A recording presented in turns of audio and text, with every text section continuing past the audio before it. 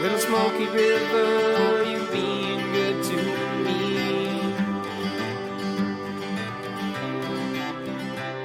From every fallen timber, be a strong standing tree. Hopefully I'm in the shot properly. How's it going, everybody? It's Dusty Tucker. I haven't been to you guys in a while. I have not been able to make a video for a couple of reasons. I have been really busy with other stuff going on in my life. Plus, there was a period where I was sick for 2 weeks. It wasn't COVID. I had bronchitis. Not too sure how I got it, but I got probably from one of the kids at the school or something that I work at. But anyways, I'm back for now. Anyways, my videos might not be once a week or once every 2 weeks anymore like they kind of used to be. I'm going to be slowing down on that a little bit. This video is going to be something a little bit different than the usual, but along the same lines. I don't know if you can, hopefully you guys can see this. My Lee single stage press here has something on top of it that you may not that you might not recognize from a regular Lee press mechanism. This little plate here that holds the powder measure, I fabricated that in my garage to fit and mount to this single stage press so I can have quick access to powder straight through, and I'm using Lee powder through expansion dies so that the chute goes straight through and through all the way into the case. Now, I know some of you guys might be already, well, why don't you just get a progressive press or a multi-stage press or something like that, or an auto dispenser, whatever. I bought this. This is what I'm going to use. I don't feel like investing too much money into new equipment, especially at the stage where we don't know how much components are going to cost in the future. We don't know if primers are going to go up in price even more than they already are. I'm buying these for $14 per 100 right now. That's about all I can get them for, and I'm limited to 200 per week, which sucks, but I just kind of go there every so often and pick up some and just hold on to them. I don't shoot as much as I did before. Components are just getting ridiculous to get, and I know that they stopped making Trail Boss now, which happens to be one of my favorite powders,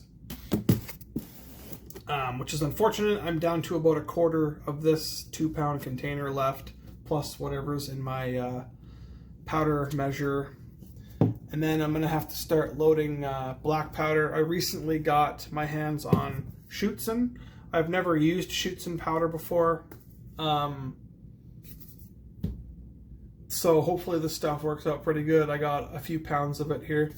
My local club membership, I get them through them. Thank goodness. Otherwise I'd be paying $60+ per pound on this stuff. So at least I have a good source of something. That, or I gotta dip into some old vintage powder. I still got a little bit of GoX left. I'm actually sitting better on black powder right now than I am any other component. I have 1 bottle of Tight Group left. That's my favorite pistol powder for 45 ACP, 9mm, even 45 Long Colt, and 357 Magnum. It's a really good versatile powder. I love it for many different pistol calibers.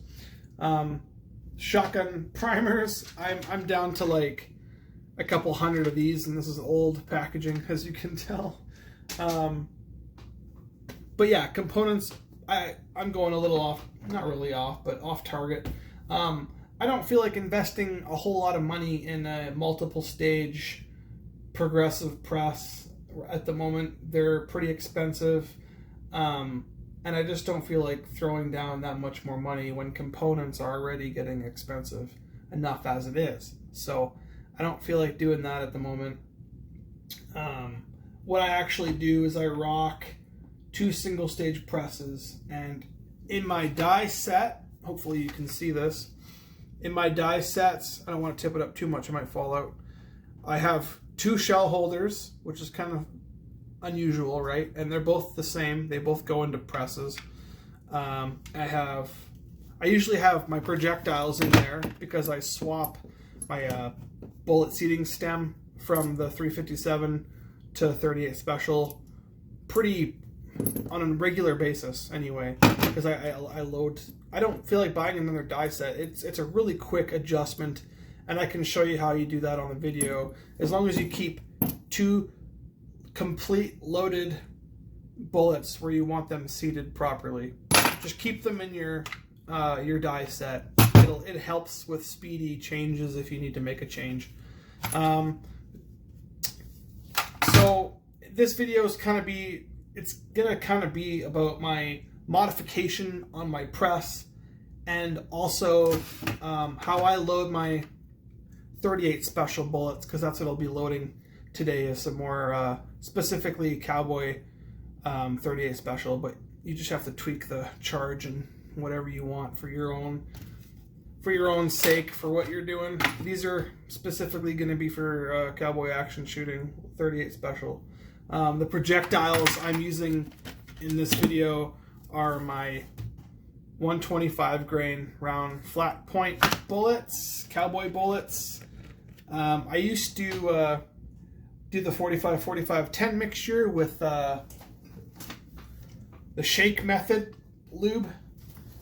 Let it dry on wax paper, but now I got lubricizers, which I'm really pumped about, so I'll sit here and crank out a bunch of those puppies for when I actually feel like loading. I just don't like having the tips all gummed up and your hands get, and it's a little more of a pain in the butt doing that. I prefer the old lube and size method. Primers, Winchester, whatever you can get a hold of, really. Now, you could use small Magnum pistol primers, because this is already an under power charge for Cowboy Action shooting that I'm going to be loading. You could get away with small Magnum pistol primers. It's totally an option. If you don't feel comfortable, by all means, don't do it. It really does not. I don't have a chronograph, so I can't really tell you. I wish somebody would do a video on that, actually.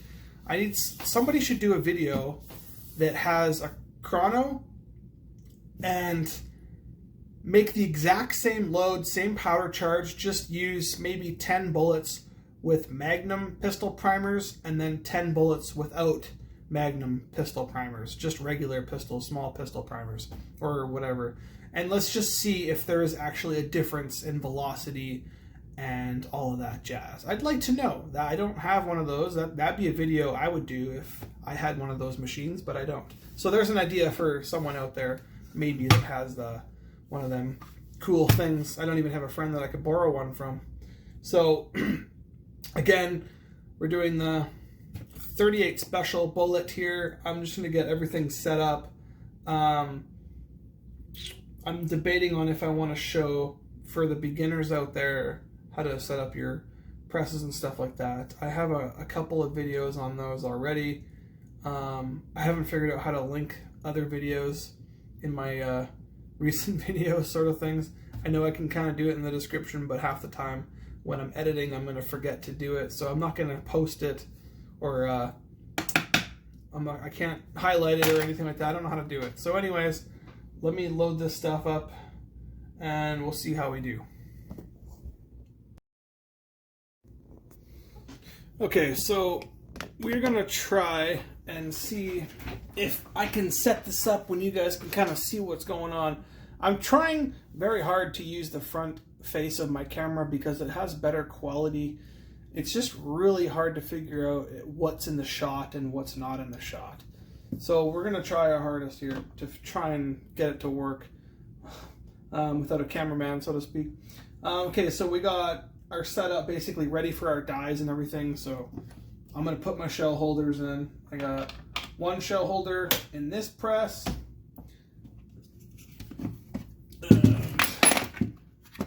If I can get it out. They like to stick in these little die set things. And then the other one goes over down in here into this single stage press. Look at that. So there's 2 there. For me personally, I just I prefer, instead of buying a progressive press, I'll just buy another set of shell holders and adjust the different dies accordingly.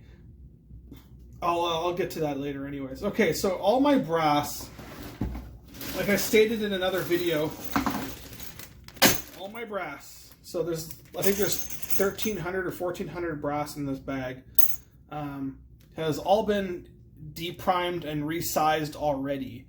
What I typically do when I get home from a shoot, I'll immediately throw my brass in the tumbler while I'm cleaning my firearms. And while I'm cleaning my firearms, usually it takes 2-3 hours to clean them all after a shoot, especially if it's black powder. I usually tumble my brass between 4 to 6 hours anyways. So, and then once I'm done, I take them out and I deprime and resize all of them as soon as I'm done, as soon as they're done. And then they go straight into a bag and in my brass drawer. Now, the reason I do that, well, one, I like to have prepped brass ready to go for the loading stages right away. And the way my system here is set up, it's actually perfect for that.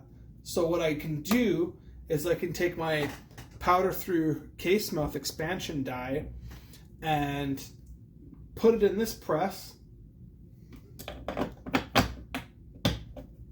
lock it in. I just take this tube and move it over and shove it in to the hole. There, that's ready to go. This sucker is ready to go. I do have to adjust my powder measure. I have to lower it. It's set up for 45 Colt right now. Another thing I could do is, if I had multiple powder measures on standby, I could remove this one and put one that's set to 38 special. But I only have these 2. I use this one for tight group and this one for trail boss. So I'm just going to adjust this later, not right now. And then I go over to this single stage press, this little partner press, whatever you want to call it. And I put my bullet seating crimping die in there. And this was last used, I think, for 357. So I'll get to adjusting that right away, actually. So what I'm going to do is take my 38 special casing. We're going to put it inside the ram here. We're going to go up, but we're not going to go up and force it up. We're just going to go up until it hits the bottom of the stem. So basically just kind of let the handle flop until it stops moving, and don't force anything. And then we'll take our stem and we'll back it off just to make double, triple sure. And then you kind of flop the ram a little bit, and then it'll just kind of float there. And then what you want to do is you want to turn this in clockwise until you start to see the ram move. So I can feel it touch the bottom right there is probably where it's in. So you'll see the ram move here. You can see it moving right now.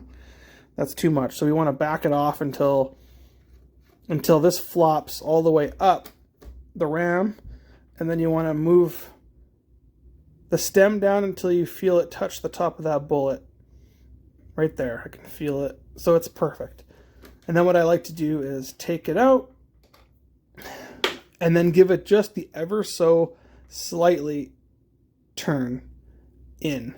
And there we go. Now that's set for this 38 special round. And then we'll go back up here.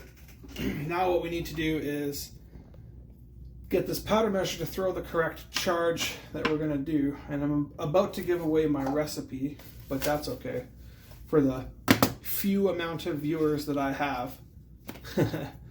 They'll figure out my special 38 special, no pun intended, cowboy load.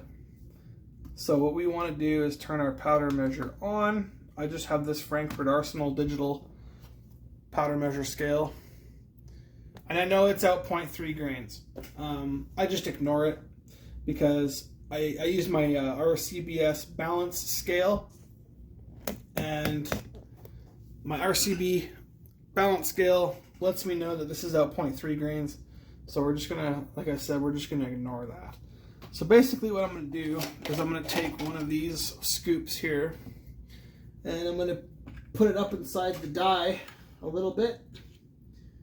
And I'm gonna throw a powder charge just to see where we're at. We should be at 5.7 or 5.8. So because of all the bumping of my bench that's been happening, it's showing 6.1 right now. So I gotta take my tub of powder and dump it back in here. So we have to keep throwing until we get the right powder charge. So we gotta move the stem in quite a bit. Now I'm gonna have to do it in 2 different stages because the powder that's in there, I can hear it crushing, and I don't want to crush too much. So I move it a bunch. This should still be pretty close to what it was. All right, so we got 4.1, not quite there yet. Pour it in here. Go back in a bit. Try it again.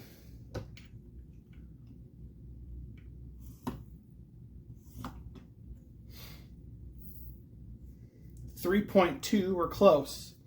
We're close to where I want to be. So I'm actually going to take this out just a little bit more. Dump this again. Again, if you're already done with this video, if you just wanted to see how this mechanism works, you can go ahead and do whatever you want to do. I'm not forcing you to stay. I'm just doing it for the new loaders now. People who are just getting into it, or just getting into cowboy action shooting, or whatever. Let's try this.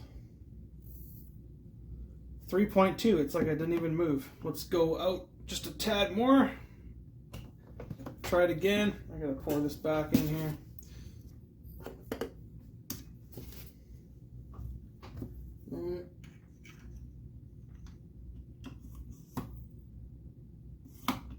Let's see if that's different. 3.5. So we got to fine tune this now. We got to go in between that. Let's go in just a little bit. Try that. Dump the powder back in. Off camera, but I did do it. There's no way I'd throw that out. Let's see here. Come on, magic. 3.3. 3.4. Okay. Well, 3.3. Perfect. All right. So I'm going to try it another time. Actually, I'm going to keep that. Now, I'll go one more time. As long as it throws consistently, that's what I'm after. You can see why I used visual, you can see why I used, 3.2. We got to go up just a ever so slightly. It's kind of hard to manipulate my camera while I'm doing this. I want to go out just a hair. Let's try it again.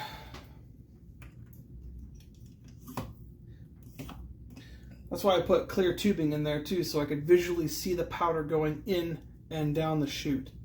That's what I wanted to see. 3.4. So we're getting really close. Oh, 3.3. All right, let's try that. Let's not adjust it at all, and let's see how we are here.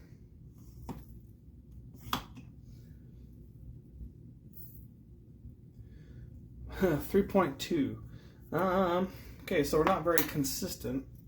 Let's try it one more time. Let's use a 38 special case.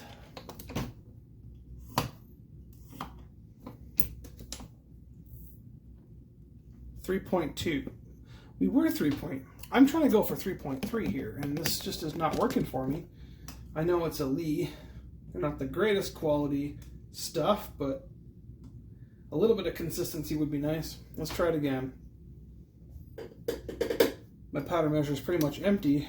I gotta put more in there. Let's try that. 3.3. All right, now let's see if we can get consistent 3.3 pours. Let's try it one more time.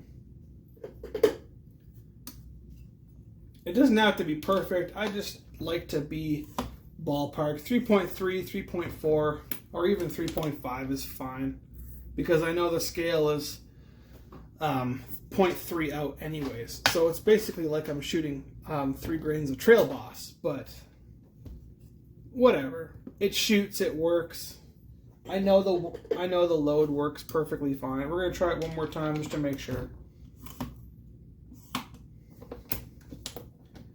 Should be 3.3 or 3.4. Even 3.5 is fine. So we're good. So we have our scale set up. Perfect. If you have a balanced scale, it might take a little bit longer to figure out. I'm gonna leave that powder charge there because I'm actually gonna use it here right away. So what I'm gonna do now is, I'm hoping that my camera is pointing at the right thing that I want it to point at. Okay, so lots of people give me flack for just leaving powder, or sorry, primers on my bench, but as you can see, I have a leather bench, so I just take what I need for now and just dump out my primers. There's absolutely no way they're going to go off when they're on this leather. This leather is thick, 14 ounce leather. There's no way these primers are going to go off unless I'm absolutely brain dead and smack it with a hammer or something. So that's where I put my primers. I'll put them right here on the side. I'll grab one at a time and put it in the cup. It's no big deal. I've been doing it for such a long time now. It's basically second nature. So we know that the case mouth expansion is good. I was loading 38 special, but I adjusted this off camera as well. Even when I'm loading 357, I still don't adjust this anyways, because I can feel where the case mouth expansion starts, and I can go by feel 100%. It's weird. It's like a sixth sense, we'll call it. But if I'm using 38 special and I resize, or sorry, 357, I don't go all the way in. I go about 3/4 of the way in, and I just know how much case mouth I need. I've just been doing it mechanically for a long time, so I can just figure it out. Anyways, so we're ready to go. You'll see that this system is actually pretty slick once you get going. So push primer in, up, powder, done. So we take that case, we visually inspect that there's powder, feel that the primer is flush or slightly below flush, and then we come over and grab a projectile and just stick it on just like that. And then what we do is we come over to the secondary press, stick it in here, send it home, crimp it without spilling my drink in the background, and there we go. If it'll focus. Boom. 38 special, completely loaded, good to go. And I don't have a loading tray out right now. I'll just get one out real quick because my camera takes up too much space. So we're going to keep it over there for now. So just to show you kind of how slick this system is, let me see if it's in shot first. Kind of a little bit more up, maybe somewhere there. It's hard, I'm sorry. I'm not used to doing this with the other camera angle there. So I'll grab a few more brass and I'll do it a couple of times. Let's see, got 5 or something like that. We'll do it. Okay, I'll just line these up, get my primers ready. Alright, so primer in the cup. Seat it. Grab a bullet that's behind the camera conveniently. And then into the other one. Done. Good to go. Now you get the idea. Without using a camera, I'll just try and do this first person for you guys. so you can kind of see what I'm doing. Sometimes the primers stick to my fingers. Go up a little bit, just past, go in, up, powder, shoot. I'll try and do this one-handed. This might be a little bit difficult, a little bit tricky. Visually inspect powder. Good. Grab a projectile. Come over. In. Seat and crimp. Good to go. So you can see how that can kind of get, I like to check, especially for revolver. If you're going to be using these for revolver, make sure your primer is flush or slightly under flush. But you can see how quick this system is. See, I just grab it with my finger like that. And then just in the cup. I know if you're a little bit older, you might have issues grabbing primers. But I just gotten so used to it. Maybe when I get older, I'll have to buy a new system or something like that. Doesn't look like there's powder in there, does it? No, there does. Bullet. So if I had a free hand, or sorry, if I had my camera hand free, I could be doing this twice as fast. Oh, see, sometimes you don't get quite as good as a crimp as I like to get. If I can catch my fingernail, I'm really picky when it comes to crimps. There we go. For me, that's a good crimp. I like not being able to catch my fingernail on the case at all. I'm obsessed with having a good solid crimp on my projectiles. So you can kind of see how slick this system is, just with a slight modification to the up top here. That plate, just welded two pieces of metal stock together, drilled holes that'll actually fit where the auto prime system would sit, and then drilled holes on there for the powder measure, and it's very sturdy. Very, very sturdy. Okay, now where am I at? Did I put powder in? I can't remember. I'm too busy talking. I don't think so. Give us the light. Nope, no powder. All right. Go back in there. Shoot some powder down. Shoot. Now, if you're ever unsure... Oh, I forgot to use that powder. Now we're going to zero on. We'll just turn that off. Pour that down back in here. We're going to zero this scale. I forgot that there was powder on the scale. Too busy looking at the camera. Let's put this lid on it because I can't afford to spill that gold. All right, we're zeroed. So, did I pour powder? Yeah, I think I did. Okay, let's just make sure that we're still in the ballpark. See, 3.6, that's, oh, there we go, 3.5. We're good. 3.6 is a little bit more than I would like, but now I gotta try and use this with one hand. Hold on. I'm just gonna go for this again because I only got one hand right now. Powder down the chute. Every 10th round or so, I like to check it on the scale to make sure that it's still throwing the proper charge that I want. Visually inspect. Yes, there's powder. We don't want squibs when we're on the range, or in a match especially. Even if I'm unsure, I'll go through the process again and check. Golden. Primer. Flush. Slightly below. See, 5 rounds, boom, just like that. Now, lots of people are just too used to the crazy speed that the Dillon throws out rounds. Now, I don't... For me, 15 minutes, I can pump out 50 cartridges or even less. If I'm in the zone, if I'm not watching YouTube or another YouTuber, I usually am. So it usually takes me around 15 to 20 minutes to load 50 because I'll be kind of paying attention to the video. Not so ambient, and I'll be like, oh, did I put powder? Check it. Yeah, I didn't put powder. Okay, so I gotta put powder in it. And I kind of stutter like that a little bit. I'm still paying attention to what I'm doing, but I'm also watching a video, so it's kind of like, it could be ambient, but if it's a video that I really want to watch, maybe I shouldn't be loading at the same time, but I'm usually pretty careful of checking everything. I've kind of, especially when it comes to priming, I do this without even noticing that I do it anymore. I scan and make sure that it's below flush or whatever, because that's the most annoying thing when you're out there and you try to spin the cylinder and the primer's rubbing on the back part of your frame and your cylinder is not wanting to turn properly.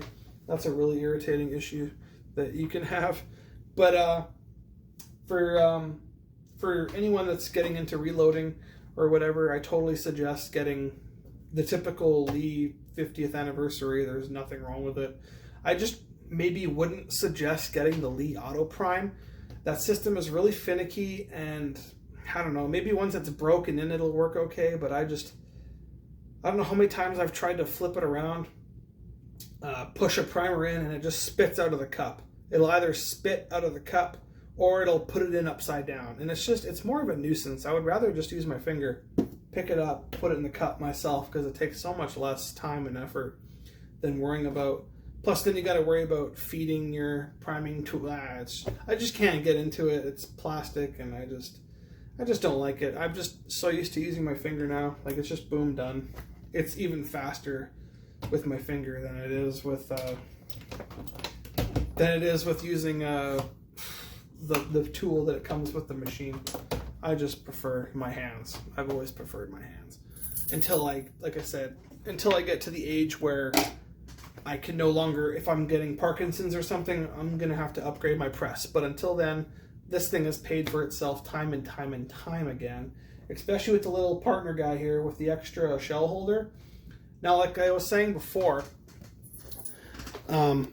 if you all of a sudden wanted to just use this guy and not use this guy, you got to remember that this is set for this gap versus this gap, so it's not going to be accurate. You're going to want to readjust this guy. If you're going to want to throw the bullet seating die in here to use it in here, you're going to have to back this all the way out, get a full bullet like I showed you, put it in here, drop this all the way down, and then screw the stem down until you feel resistance on the top of the bullet, and then take the bullet out and then go like maybe a third of a turn back in, and then you'll be set.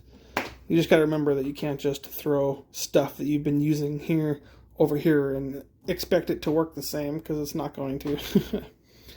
But yeah, that's pretty much all I have for this video. Almost done this last one here. I'll just quickly do this before I go to my face again. See, now it's not quite as good as a crimp as I like. You see how there's a little bit of an edge there? I can catch my nail on it a little bit. Oh, no, it's not. Yeah, I can catch my edge, my nail. This focus keeps going up. I just want a little bit more, just a little bit more. I like my crimp. There we go. There. If it'll ever focus, there we go, that's better. Just a little bit more than usual. So I'll probably do the rest of the 40 some there later on off camera. I don't feel like boring you guys doing an entire 50 on camera. That'd be really boring for you guys. But that's pretty much all I have for this video. I just wanted to show you how slick this little homemade, whatever you want to call it, bracket adjustment.